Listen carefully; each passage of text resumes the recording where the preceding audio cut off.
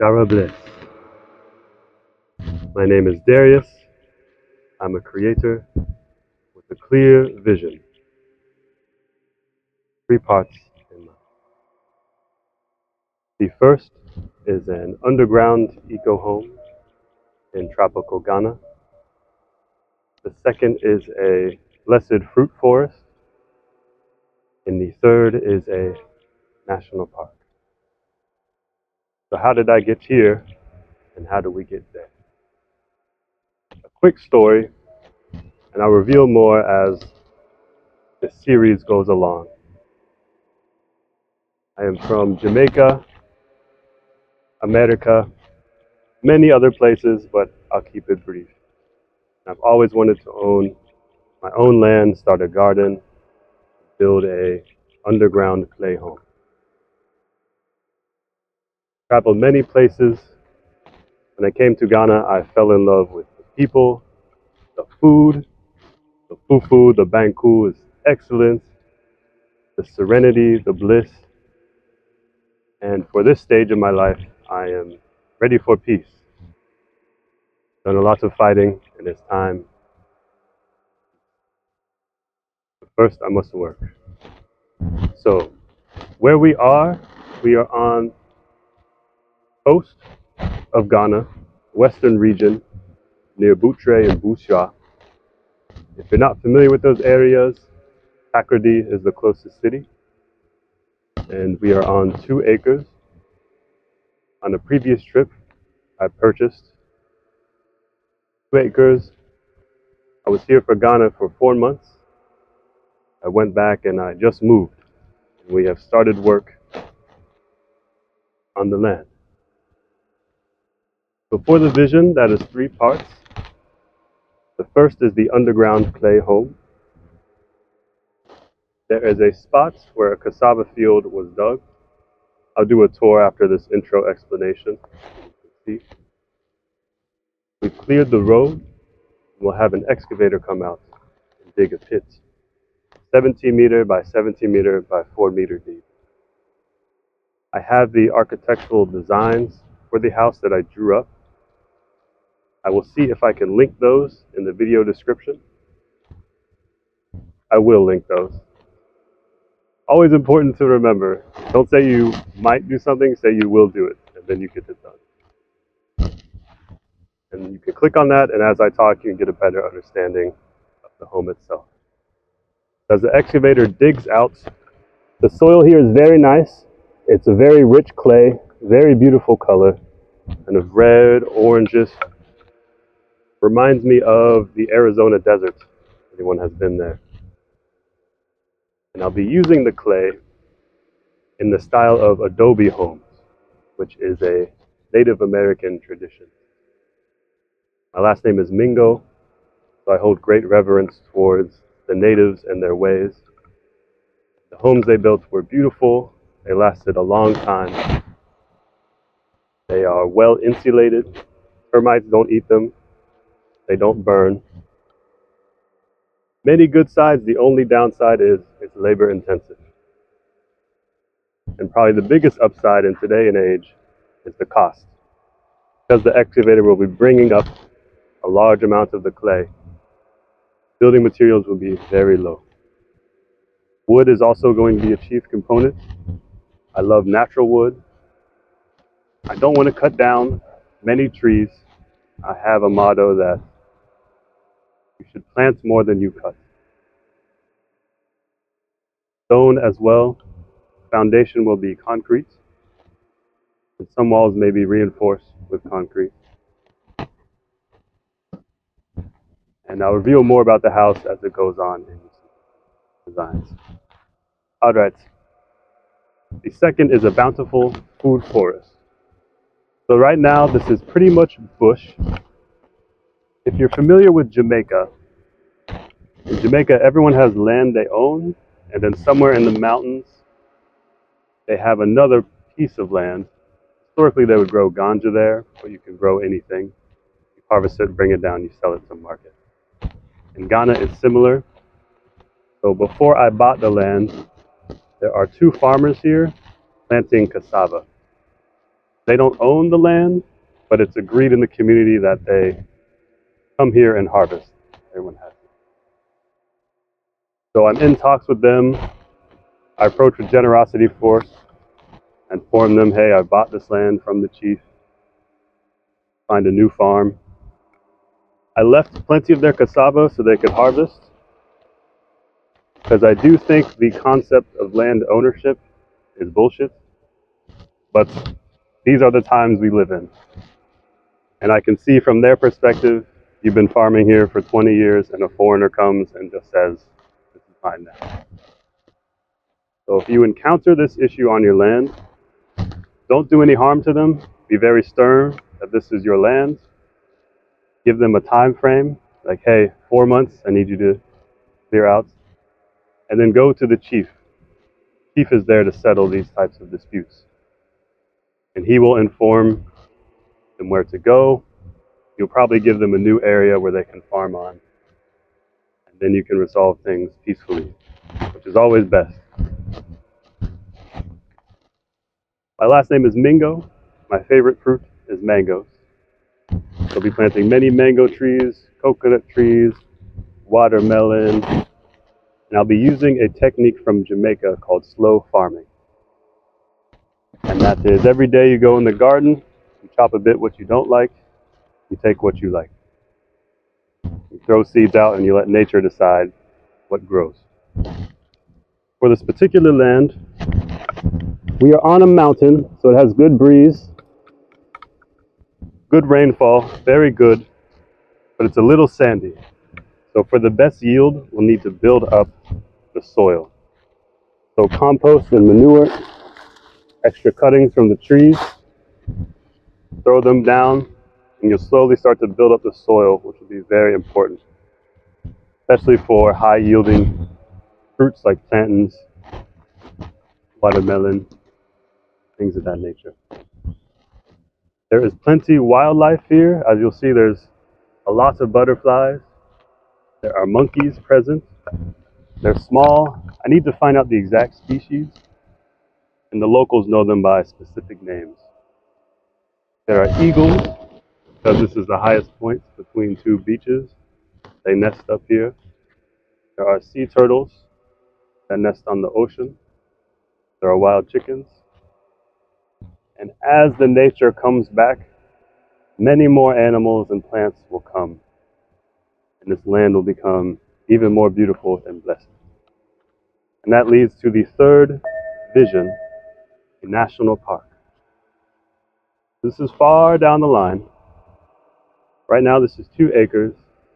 Over time I will expand 3 acres 4, and I will go to the Ghanaian government. And I've talked to the chief about this. He shares in my vision. We'll nationalize much of this land to Ghana. I really only need 1 acre to survive on. The house, underground home, is technically a tiny home, if you're familiar with that movement. I don't need much to live. And although my blood does tie to Ghana, I do feel I don't want to take from this great country. I want to give back. Something I've noticed is many foreigners come here, they buy a large portion of land, and then they develop it to a hotel or a resort, which is fine, but in the process they end up bulldozing a lot of trees, nature, and it's kind of stripping Ghana of the wealth and beauty it has. I know tourism is very important to the future of Ghana. So with the national park, you can preserve the beauty of the nature, bring in tourists, and stop foreigners from buying up all the land and developing it. All right, that was a lengthy chat. I will reveal much more. But the biggest showcase is not me, it is the land, the vision. So let us go on a tour through JARA Garden.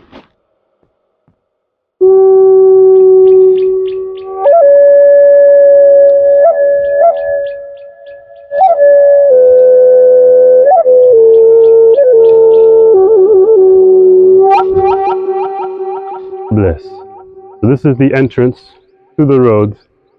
Y'all want to be in the video? You can say hi. Alright, God bless.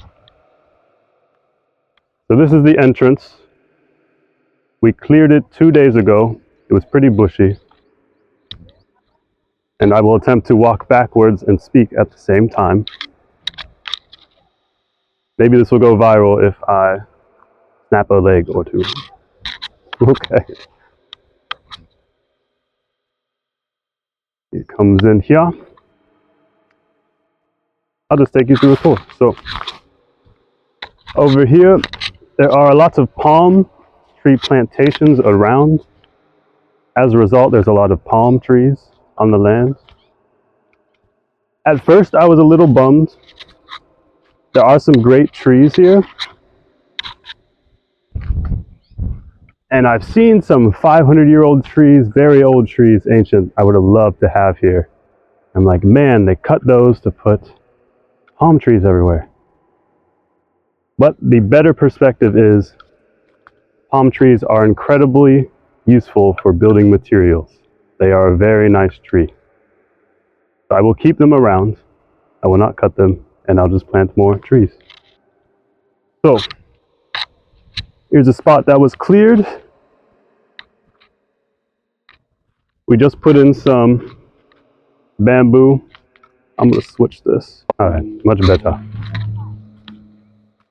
So here's the road again. Comes in, through. The reason for the widening of this road is to allow the excavator to drive in.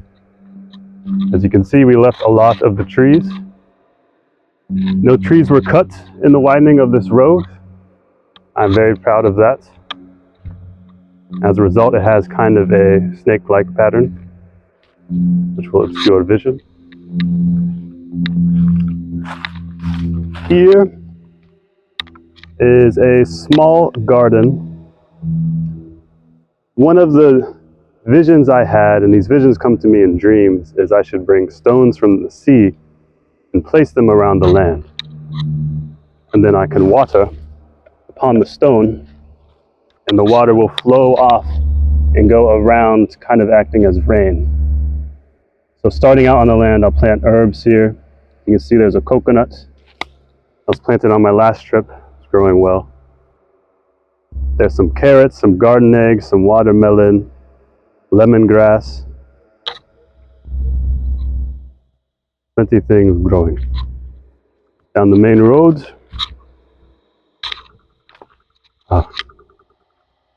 I don't know if the mic picked that up, but there's a monkey in the tree. See if I can get a better viewpoint from the other side. So here you can see one of the old cassava fields.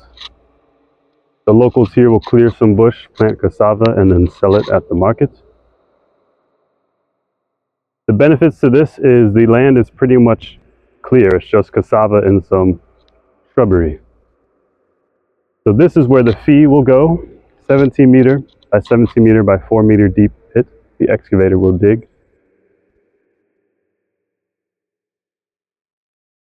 And to enter the home, there'll be one side with a sloped entrance. That will be down over here. The poly tank will be on the right side. I'll put a garage in front for the car, and the leftover soil will be placed here.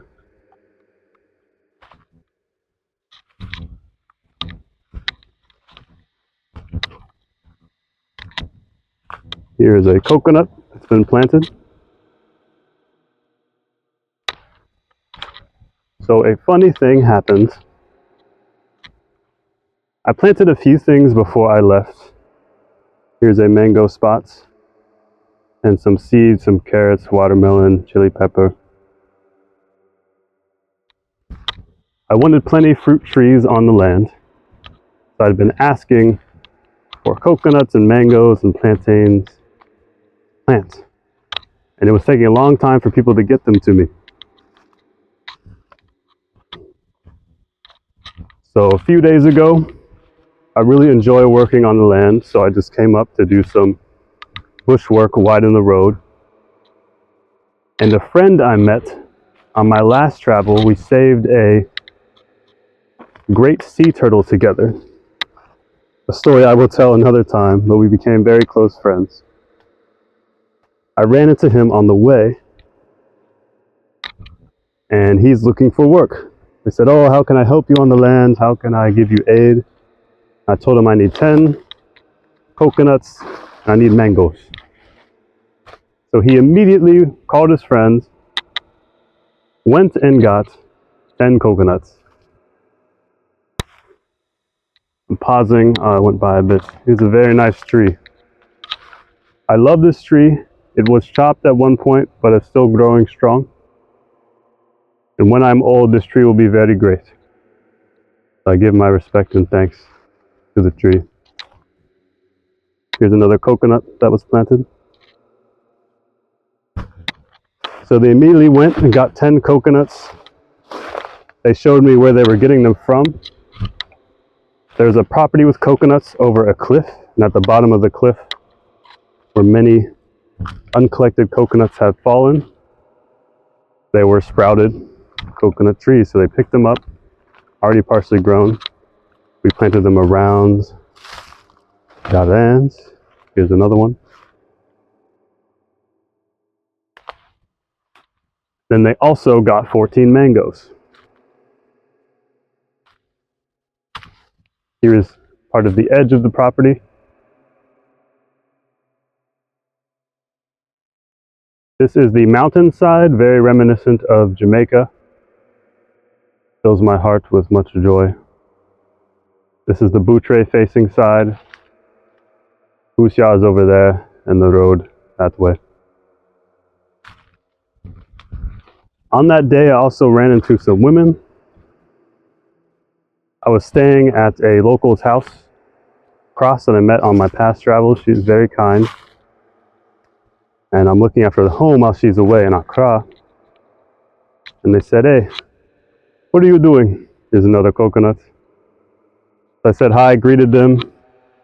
I told them I had many things to plant, and they offered to help. So they helped me plant 14 mangoes. I chose some spots, and then I told the children to pick some spots as well. Because in my mind, kids pick the best areas for trees to grow. My friend LeBron, the next day, asked if I had more work. Said I need plantain trees. So he immediately went and got 7 more plantain. We planted those. Here's another old cassava field.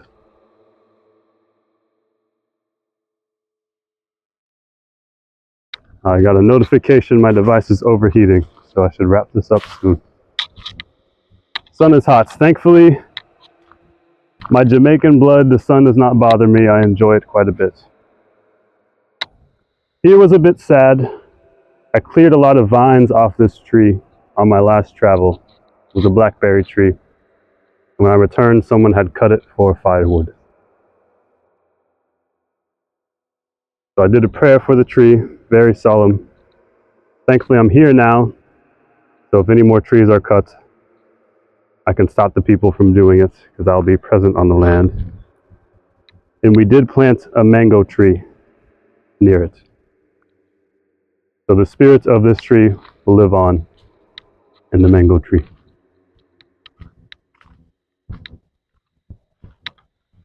Okay, I'll wrap this up. Property extends this way a bit. The area where I filmed the intro is where we planted most of the plantains. That would be the main farm area, because it's easier to build up the soil in one space.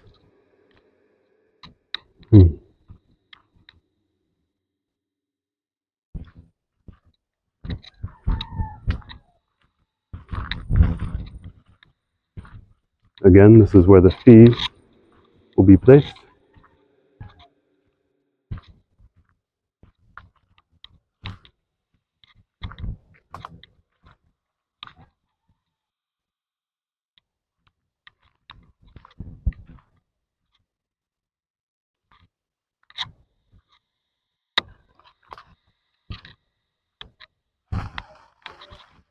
Ooh, the glade. Ooh, the glade. Here's the other half of the property. Lots more bushy.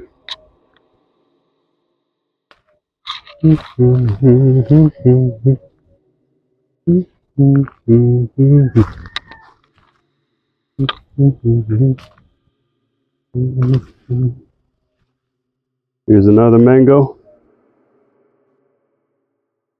I should point these out.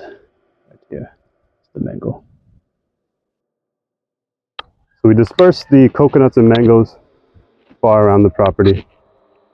I will have to figure out how to deal with the monkeys, as they love mangoes as much as I do. One of my theories is if I plant enough,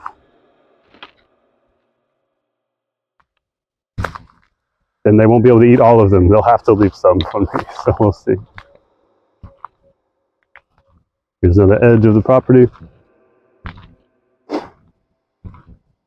There's a few anise planted around.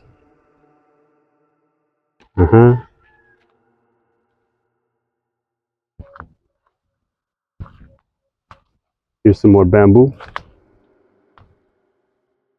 Gonna close up this hole to the road.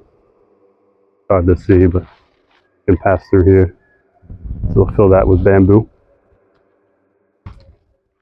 I brought some passion fruit with me to eat and spread the seeds around. We'll have some of that on the land.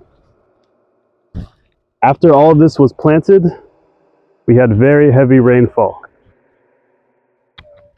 So, JARA, God bless.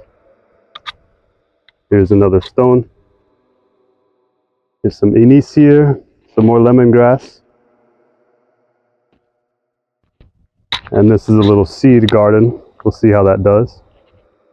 I'm experimenting with different depths of seeds, different locations, and different buildup on top to see what does best in what area.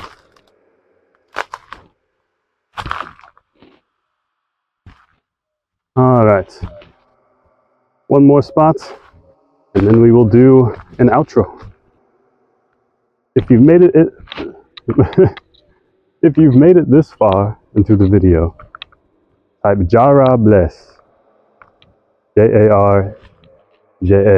Lets me know the engagement, how long you've been watching. If you have suggestions or feedback, please let me know. Here's another coconuts.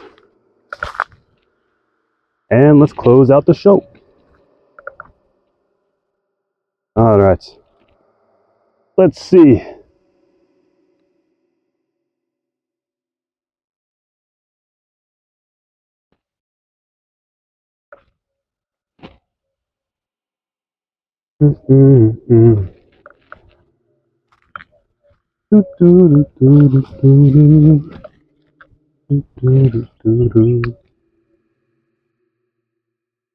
I do this.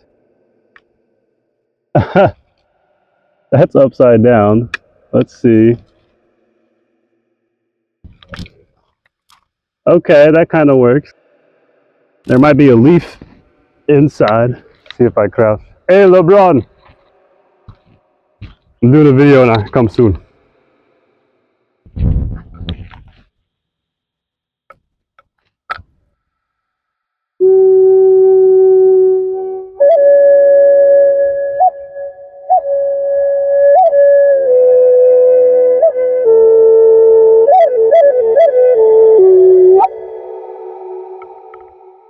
JARA bless.